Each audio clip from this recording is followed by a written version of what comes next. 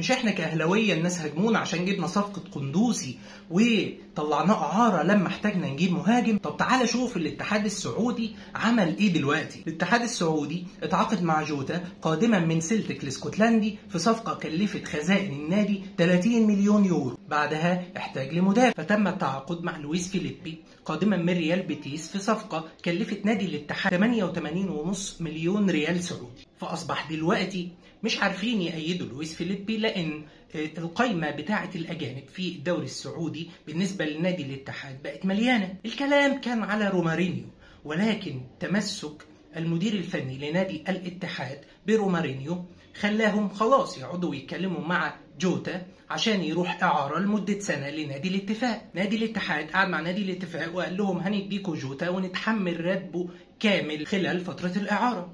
نادي الاتفاق قال لهم طيب احنا ما عندناش مشاكل، جاي لنا لعيب بدون ما ندفع اي حاجه، بدون حتى ما ندفع راتبه. ولكن المشكله ان الكلام ده كان قبل غلق باب القيد بنص ساعه بس. فاللي حصل ان نادي الاتفاق ما قدرش انه يأيد جوتا وباب الانتقالات اتقفل، وبكده جوتا ابو 30 مليون يورو هيقعد 6 شهور بدون مباريات. هو هيقدر يتدرب مع فريق الاتحاد عادي جدا، ولكن هيقعد من غير ما يلعب مباريات لانه ببساطه شديده مش هيتأيد. في الاخر انتوا مش فالحين بس غير انكم تهاجمونا عشان جبنا قندوسي ومشيناه وديناه سيراميكا كليوباترا وكمان ما تحملناش راتبه كله. والله اللي يشوف بلاوي الناس تهون عليه بلوته.